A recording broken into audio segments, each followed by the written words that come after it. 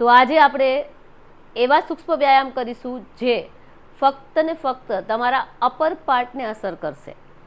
તો જો તમારી પાસે એવું બહાનું હોય કે મારો પગ બરાબર કામ નથી કરતો, ઘૂંટણ દુખે છે, લાંબો સમય ઊભું નથી રહેવાતું, તો આ સૂક્ષ્મ વ્યાયામ તમારા માટે છે. તમે અહીંથી શરૂઆત કરી શકો. હું તમને ઊભા ઊભા બધા વ્યાયામ બતાવીશ, પણ તમે એને ખુરશી પર બેસીને પણ કરી શકો છો. તો ચાલો લઈ લો એક મેટ અથવા એક ચેર અને શરૂઆત કરીએ. તો સૌથી પહેલા પગ તમારે જેમ રાખવામાં રાખી શકો, કારણ કે ફોકસ આપણું અપર પાર્ટ પર હશે. તો શરૂઆત કરીએ. બંને હાથને ઉપર લઈ જઈશું. 1 2 ઉપર ક્લેપ તમે પાડી શકો. 3 4 5 6 7 8 9 and 10. બંને હાથને આપણે હવે સાઇડ વાઇઝ લઈ ફ્રન્ટ ક્લેપ કરીશું. તો બેક ફ્રન્ટ. 2 3 4 5 6 7 8 9 and 10. આ ક્લેપ કરવાથી તમારા હાથના જે એક્યુપ્રેશરના પોઈન્ટ હોય છે એ પણ દબાય છે. તો તમે તાલીઓ પણ બેસીને થોડીક વાર વચ્ચે પાડી શકો. નેક્સ્ટ કરીશું આપણે બંને હાથને અપ ડાઉન. તો 1 2 3 4 5 6 7 8 9 and 10. રિલેક્સ. બે ઊંડા શ્વાસ લઈ લો. Inhale and exhale. Inhale and exhale.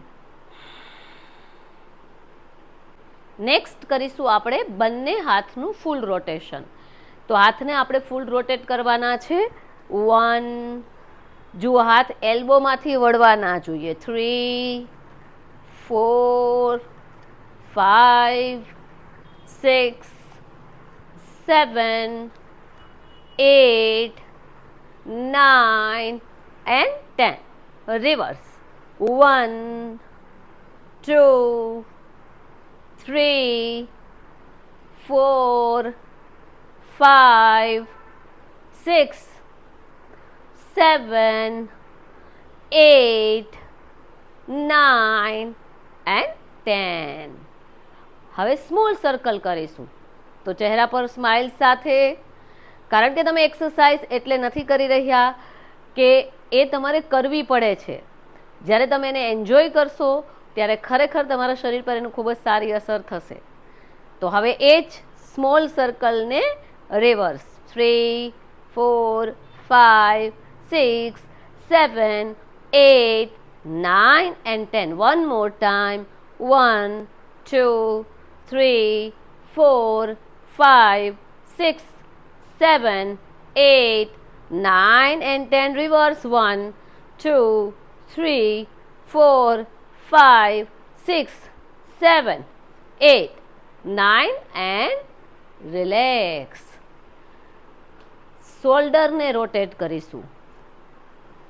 1 2 3 1 2 3. બે ઊંડા શ્વાસ લઈ લો વચ્ચે. જ્યારે તમે ઊંડો શ્વાસ લો છો, તમારા શરીરને જે થોડો ઘણો થાક લાગ્યો છે ઉતરી જશે. તો ઇન્હેલ કરો ત્યારે ચેસ્ટ અને સ્ટમક બંને ફૂલવા જોઈએ. એક્ઝેલ, બંને અંદર જવા જોઈએ. Inhale, exhale, relax. હવે બંને હાથને આગળ લઈ લો અને બંને હાથના પંજાને એકદમ ઓપન કરી નાખો અને રોટેશન આપો. હાથ જુઓ, ફક્ત રિસ્ટથી ફરશે. 2 એલ્બો સીધી રહેશે. 3 4 5 રિવર્સ. 1 2 3 એવું વિચારવાનું છે કે તમારા હાથના જે પંજા છે એ કડક થઈ ગયા છે. 4 and 5 રીસથી હાથ ફરી રહ્યા છે. One more time. 1 2 3 4 and 5 reverse. 1 2 3 4 and 5. હવે તમારા હાથ ઓપન છે, મુઠ્ઠી બંધ કરો, ખોલો, બંધ, open, close, open, close, open, 2 open, 1 open. હવે મુઠ્ઠી વાળીને રોટેશન કરીશું. 1 તો અગેન જુઓ તમારા હાથ છે એકદમ સીધા રહેવા જોઈએ એલ્બોમાંથી. 2 3 4 and 5 ખાલી મુઠ્ઠી રોટેશનમાં આવશે. 2 3 4 and 5. રિલેક્સ. નાઇસ. બે ઊંડા શ્વાસ લઈ લો ફરી એકવાર. Inhale, exhale. વધારે થાક લાગે તો શ્વાસને તમે મોઢેથી પણ બહાર છોડી શકો છો. નેક્સ્ટ કરીશું આપણે. બંને હાથ તમારા આ રીતે મૂકી દો, બંને એલ્બોને આ રીતે આગળ ભેગી કરો, રોટેશન આપો. 1 2 3 4 and 5. reverse rotation. 1 2 3 4 and 5. હવે બંને હાથને આ જ રીતે રાખી. 1 open, 2 open, 3 open, 4 open, 5 6 7 8 9 and 10. Relax. સરસ. અત્યારે લોકો સતત મોબાઈલમાં, લેપટોપ પર કે ઓફિસમાં કામ કરતા હોય છે અને હંમેશા આગળ ઝૂકેલા હોય છે, તો નેક પર ખૂબ જ પ્રેશર આવે છે અને ઘણા બધા લોકોને સર્વાઇકલ, ઇવન શોલ્ડર પેન, નેક પેન, ઇવન માઇગ્રેન, હેડેક, આ બધા પ્રોબ્લેમ ખૂબ જ વધી ગયા છે. તેનું કારણ છે આપણે સતત આગળ ઝૂકેલા રહીએ છીએ. તો અપર બોડીની આ જેટલી પણ આપણે એક્સરસાઇઝ કરી એ તમને પણ ખૂબ જ મદદ કરી શકે. દિવસમાં એકવાર કરવાથી તમારો આ ભાગ છે એમાં જે ટેન્શન ઉત્પન્ન થાય છે એ તમે ત્યાં રિલીઝ કરી દેશો અને એ મસલ્સ બધા સ્ટ્રોંગ રહેશે. તો ભવિષ્યમાં તમને કોઈ એવા પ્રોબ્લેમ આવતા અટકશે. તો લાસ્ટ હેડ રોટેશન. તો આજે આપણે ફૂલ રોટેશન કરીશું. તો લેફ્ટ સાઈડથી લઈને રાઈટ સાઈડ અને રાઈટ સાઈડથી લેફ્ટ પાછા આવીશું. સપોઝ તમને વર્ટિગો કે ચક્કર આવવા એવો કોઈ પ્રોબ્લેમ હોય તો તમે આ એક્સરસાઇઝ અવોઇડ કરો, તમે ખાલી હાફ રોટેશન કરો. તો આપણે લેફ્ટથી રાઈટ, રાઈટથી લેફ્ટ, લેફ્ટથી રાઈટ, રાઈટથી લેફ્ટ, લેફ્ટથી રાઈટ, રાઈટથી left. 2 more. Inhale, exhale, inhale, exhale. હવે રિવર્સ રોટેશન કરીશું આપણે. તમે ખાલી હાફ સર્કલ કરી શકો.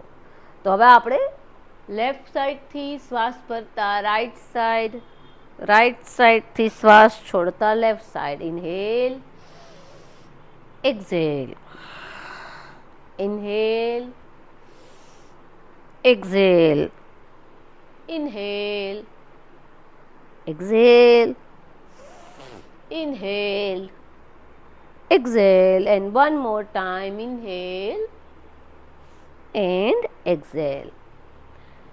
શ્વાસ ભરતા અપ, શ્વાસ છોડતા ડાઉન, શ્વાસ ભરતા અપ, શ્વાસ છોડતા down. right side, left side, right side, left side, right side side wise band કરી હાથથી થોડું તમે નેકને નીચે ખેંચી શકો. લેફ્ટ સાઈડ થોડું નીચે ખેંચી શકો. ફરી એકવાર right side and left side. તો બસ પતી ગયું. તો ખાલી 10-15 મિનિટ તમારા શરીરને આપો અને કંઈ વધારે મહેનત કરવાની જરૂર નથી. શરૂઆત તો કરો ખાલી ચેર પર બેસીને અથવા ઊભા રહીને શાંતિથી તમે આ વર્કઆઉટ કરી શકો છો અને તમારા શરીરની અંદર ઉર્જા ઉત્પન્ન કરી શકો છો. જુઓ, ઉર્જા જ્યારે આપણે ભોજન લઈએ છીએ ત્યારે નથી આવતી. ઉર્જા ઉત્પન્ન થાય છે જ્યારે આપણે ભોજનને પચાવવા માટે મૂવમેન્ટ કરીએ છીએ. તો ભલે નાની પણ શરૂઆત તો કરો અને કન્સિસ્ટન્સી સાથે રોજ કરો. તો શેર કરો અને હા, સબસ્ક્રાઈબ કરવાનું ના ભૂલતા. Thank you so much.